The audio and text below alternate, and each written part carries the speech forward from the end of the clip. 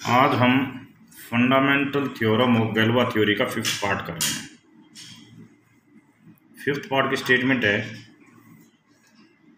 When k is normal extension of f, तो हमें show करना है Galois k by f isomorphic होगा Galois e by f divide by यानी quotient group of Galois e by k। इसको इसकी isomorphic prove करना है। कैसे होगा ये देखिए।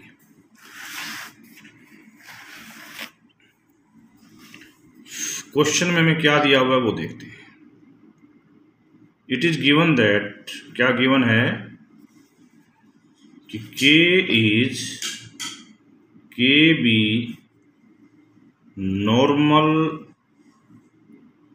Extension of f, k be the normal extension of f। यदि मैं एक ऑटोमॉर्फिज्म ले लेता हूं Galois group E2F, what is means कि ये ऑटोमॉर्फिज्म E से E तक है और F के प्रत्येक एलिमेंट को फिक्स करती है, F के प्रत्येक एलिमेंट को फिक्स करती है। इट मीन्स ये एक सेट है E, ये है F, ये है E, ये फील्ड भी E। फिलहाल ये मैपिंग यहां से यहां तक है। अब इस मैपिंग को मैं रिस्ट्रक्ट करना चाहता हूं फील्ड के तक। K is super field of, यानी कि K इज द बड़ी फील्ड है F से और E से छोटी फील्ड है, यानी कि हम ये कह सकते हैं K is intermediate field between F and E। इस प्रकार हम इस मैपिंग को इस एरिया तक रिस्ट्रक्ट करना चाहते हैं। तो रिस्ट्रक्शन कैसे होगी? रिस्ट्रक्शन वाली मैपिंग को हम इस प्रकार डिनोट करेंगे, denotes the restriction of sigma. What is actually means कि अब ये जो सिग्मा की मैपिंग है ये K से E तक बन जाएगी। टारगेट जो है हमारा, हमें इसे K ऑटोमॉर्फिज्म प्रूव करनी, ये टारगेट है, या F ऑटोमॉर्फिज्म प्रूव करेंगे। जो भी कुछ है इस पर आऊंगा मैं कैसे प्रूव करूंगा। अब देखिए ये पार्ट E से E की बजाय K से E तक हो गया। यदि एलिमेंट F से आता है वो तो फिक्स रहे,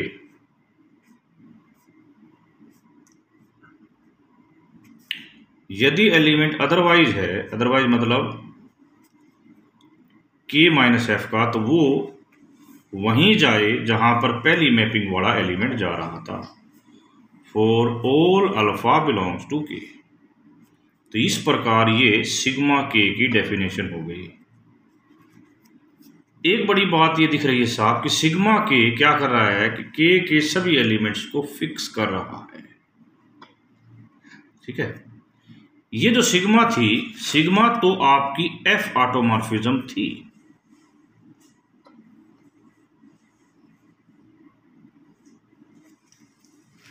अब यदि हम क्वेश्चन की स्टार्टिंग देखें तो क्वेश्चन की स्टार्टिंग में हमें कैरेक्टरिस्टिक ऑफ F क्या दे रखी है? 0। और जो E ओवर F है वो एक क्या है? Normal extension, finite normal extension है। E is a finite normal extension. तो ये एक अलजेब्रिक एक्सटेंशन भी होगी। उसके बेस पर हम ये कह सकते हैं कि दिस इज, ये एक्सटेंशन एक सिंपल एक्सटेंशन होगी, is a simple extension of F। Simple extension का मतलब होता है कि अल्फा एग्जिस्ट करेगा such that F alpha is equal to E। ये होगी जी सिंपल एक्सटेंशन का काम। अब इसका फायदा, what is the benefit of this? अब देखिए सिग्मा के अल्फा पे लगेगा तो क्या करेगा, इफ, शर्त लिखता हूं ना, इफ अल्फा बिलोंग्स टू के, यदि अल्फा के से बिलोंग करता है तो ये ऑटो मारो, ये मैपिंग क्या करेगी, ये इसको के कंजुगेट में भेजेगी, अल्फा के कंजुगेट में भेजेगी। कहां भेजेगी, अल्फा के कंजुगेट में, ओवर एफ।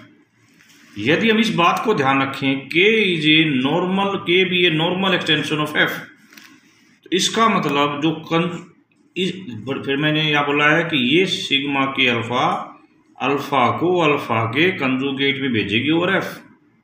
अब यदि नॉर्मल वाली बात को यूज करें तो इसके कंजुगेट कैसे निकलते हैं वो भी सुन लो। इसकी अल्फा की मिनिमल पॉलिनोमियल बनाएंगे, उसके रूट होंगे ओवर एफ। और यदि नॉर्मल की बात यूज करें तो ये सारे के सारे रूट के में लाई करेंगे, क्योंकि एक रूट अल्फा के में लाई कर गया है, ऑल रूट लाइज इन के। इसका मतलब इसका कंजुगेट भी के में ही होगा। तो ये कहाँ बिलोंग करेगी, इसकी अल्फा, यदि अल्फा के में है तो इसकी इमेज के में बिलोंग करेगी इस मैपिंग के तहत। तो ये मैपिंग के से ई तक नहीं है, ये मैपिंग के से के तक है, जो एफ के प्रत्येक एलिमेंट को फिक्स करती है। तो ये मैपिंग एक एफ ऑटोमॉर्फिज्म हो गई फ्रॉम के टू के। इसका मतलब ये किस ग्रुप में लाई करेगी, गैलोवा ग्रुप के ओवर एफ में लाई करेगी। क्यों, क्योंकि मैपिंग के से के तक है और एफ के सभी एलिमेंट को फिक्स करती है। One other can say that कि यदि मैं सिग्मा ऑफ के लूंगा, अभी आपने कहा है ये, और ये इसका आंसर दोबारा से के ही आएगा। अब हमने एक मैपिंग डिफाइन कर ली, फाई गैलोवा ग्रुप EF2 गैलोवा EKF। इसकी जो ऑटोमॉर्फिज्म है वो इस टाइप की ले रहे हैं जो इस टाइप की ऑटोमॉर्फिज्म में मैप कर जाए। For all automorphism belongs to this group. यहां तक शायद आपको दिक्कत नहीं होनी चाहिए। ओके, फर्स्टली हम इसको फाई को एक होमोमॉर्फिज्म प्रूव करेंगे। क्या प्रूव करेंगे, होमोमॉर्फिज्म। तो सिग्मा 1 और सिग्मा 2 दो एलिमेंट मैंने इस ग्रुप से लिए, तो ये बताओ इसकी वैल्यू क्या होगी यदि इसके अंदर मैं अल्फा रखता हूं। ठीक है, अल्फा रखने पर इसकी वैल्यू क्या होगी,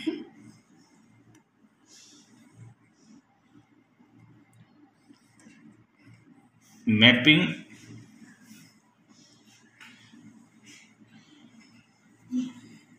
इस पोर्शन का नाम ये रख दिया जाएगा।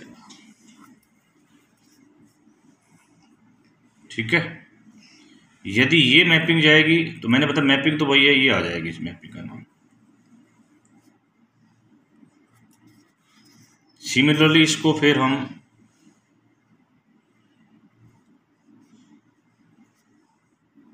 ये मैपिंग कर देते हैं। तो यदि मैं के की ही बात करूं तो आई कैन राइट दिस, हम इसको ऐसे भी लिख सकते हैं। अल्टीमेटली यहां से बात क्या आई कि सिग्मा 1 के सिग्मा 2 के इसके बराबर आता है। तो ये phi of sigma 1 phi of sigma 2 that is equal to phi of sigma 1 sigma 2, और यहां से होमोमॉर्फिज्म प्रूव हो गया। Next, colonel. कर्नल के अंदर वे ऑटोमॉर्फिज्म आएंगी इस ग्रुप की।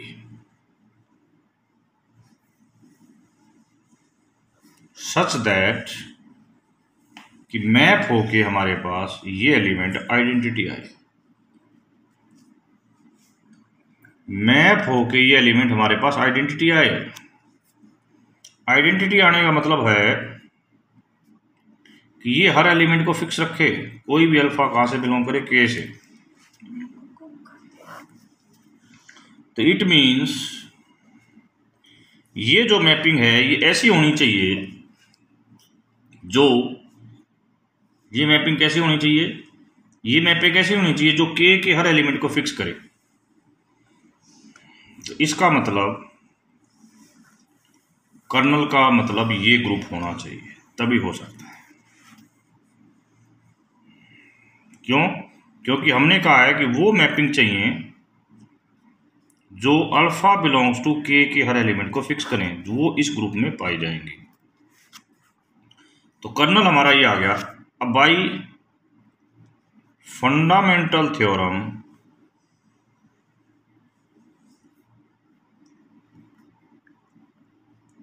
ऑफ होमोमॉर्फिज्म क्या होगा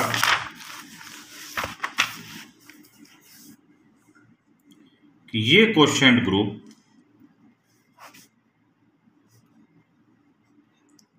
इस मैपिंग की इमेज के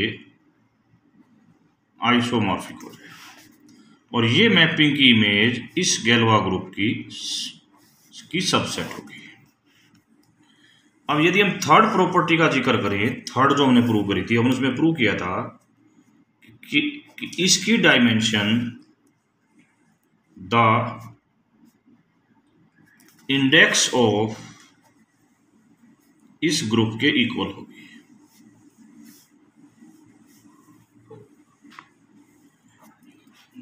अब देखिए, थोड़ी सी बात को हम बिल्कुल डिटेल से चलते चलते हम पहुंच गए हैं, ठीक है। ये है इंडेक्स, किसका इंडेक्स है, जिसकी बात यहां कर रही है, यानी कि इसका ऑर्डर इसके इक्वल होना चाहिए,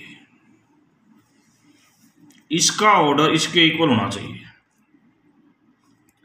अब के is normal extension of F, इसका मतलब जो इसका ऑर्डर होगा वो इसके इक्वल होगा। अभी पिछले सवाल में कहा कि इसका ऑर्डर इसके ऑर्डर के इक्वल होना चाहिए, फिर आपने कहते कि इसका ऑर्डर इसके ऑर्डर के इक्वल होना चाहिए, यानी कि इन दोनों का ऑर्डर सेम होना चाहिए। इन दोनों का ऑर्डर सेम जब हो सकता है अब जब ये दोनों क्या हो, इक्वल।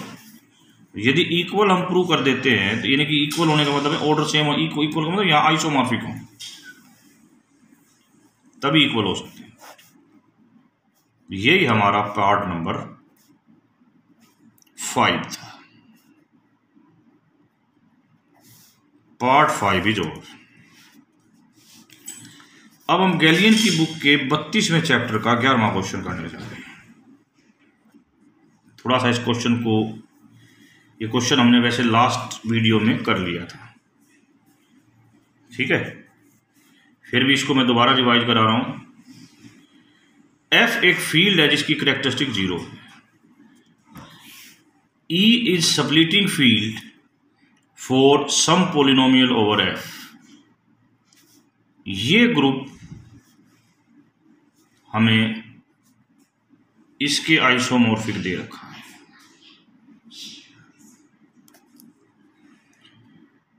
पहले पार्ट में आपको वे सब फील्ड ई की निकालनी है जो एफ को कंटेन करती हो और उसकी डिग्री, उसकी डायमेंशन कितनी हो, 4। E L is the extension of F but contained in E.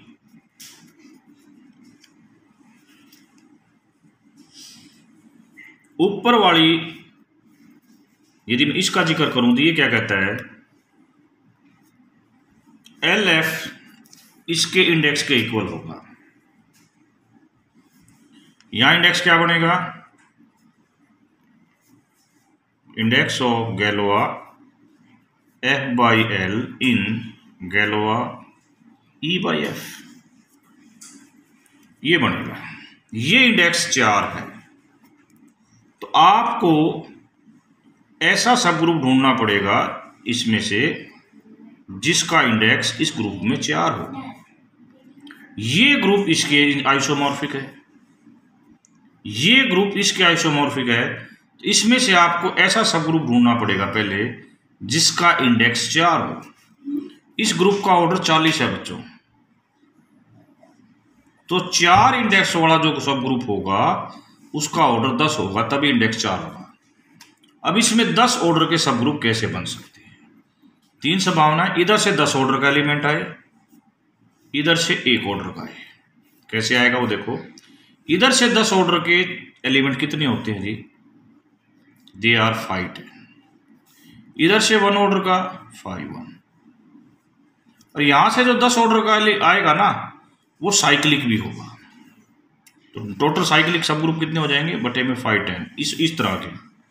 That's comes to be 1। तो वो 1 कैसा होगा? इधर से 10 ऑर्डर का एलिमेंट होगा 2 और उधर से 1 ऑर्डर का एलिमेंट होगा 0। ये एक संभावना, पॉसिबिलिटी नंबर 2। इधर से 10 ऑर्डर का आ जाए, इधर से 2 ऑर्डर का आ जाए।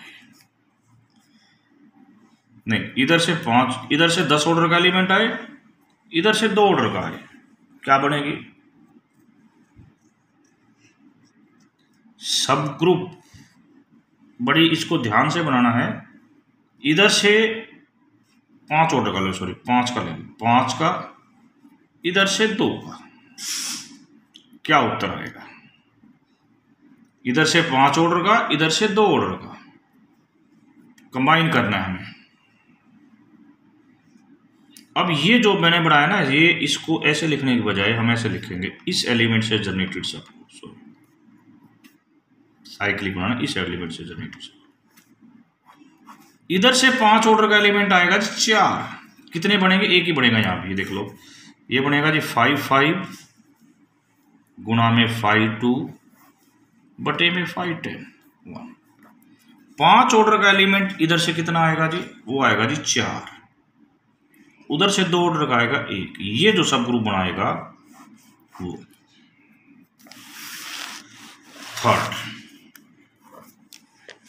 थर्ड वन कैसे करें? इधर से 10 ऑर्डर का आए, इधर से 2 ऑर्डर का आए, तो एलिमेंट कितना होगा जी? 2 0। ये भी एक 2 1, सॉरी ये भी एक सब ग्रुप बनेगा जिसका ऑर्डर 10 होगा। ये कैसे बनेगा वो देखिए, 5 10 5 2 बटे 5 10। टोटल 3 बनेंगे, 1 2 और 3। संख्या बता दी। 3 सब फील्ड मिलेंगी इसमें जिनका इंडेक्स कितना होगा, जिसकी डायमेंशन इंडेक्स, जिसकी सॉरी एक्सटेंशन की डायमेंशन कितनी होगी? 4 होगी। Can we conclude for the next question? Yes, B part में हमें इस चीज को 25 लेना है। क्या ऐसा पॉसिबल भी है? अभी अभी आपने इंडेक्स की बात की थी, इंडेक्स 25।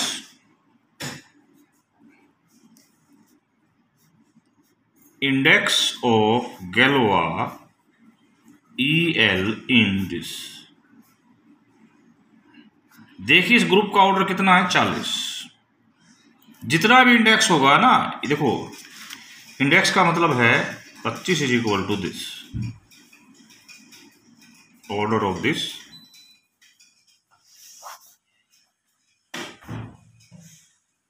यदि ये 40 है तो इस 25 को 40 को डिवाइड करना पड़ेगा। ऐसा पॉसिबल नहीं है, तो ऐसा LB नहीं मिलेगा।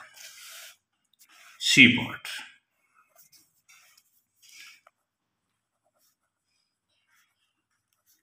ये आइसोमॉर्फिक होना चाहिए Z5। ये क्वेश्चन थोड़ा सा पिछले क्वेश्चन से हटके है, यानी कि अब आपको ये किसके आइसोमॉर्फिक चाहिए? Z5 के। ठीक है, कैसे निकालें Z5 के?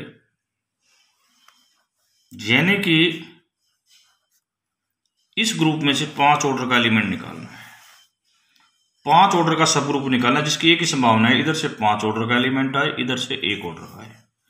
इधर से 5 ऑर्डर का एलिमेंट होगा 4, और ये सब ग्रुप ऐसे भी बना सकते हो आप और ऐसे भी बना सकते हो, बात एक ही है। इसमें नहीं बना सकते हर केस में। इसको भी आप लिख सकते हो 10 + 0, इसको नहीं लिख सकते, बस इसको और इसको। तो ये सब ग्रुप हमें मिल गया, कितने ऑर्डर का? 5 ऑर्डर का। ओके, तो ऐसी कितनी सब फील्ड मिलेंगी? केवल 1। अगली क्लास में हम जो क्वेश्चन डिस्कस करेंगे, क्वेश्चन लिख रहे हैं हम। क्यू एक फील्ड है, फील्ड ऑफ रैशनल, जिसकी कैरेक्टरिस्टिक क्या होती है? 0। इस पोलिनोमियल की स्प्लिटिंग फील्ड ये बना दी हमने, जहां पे ओमेगा ये होगा। तो हमें शो करना है कि ये ग्रुप इसके आइसोमॉर्फिक होगा। This is question number 1।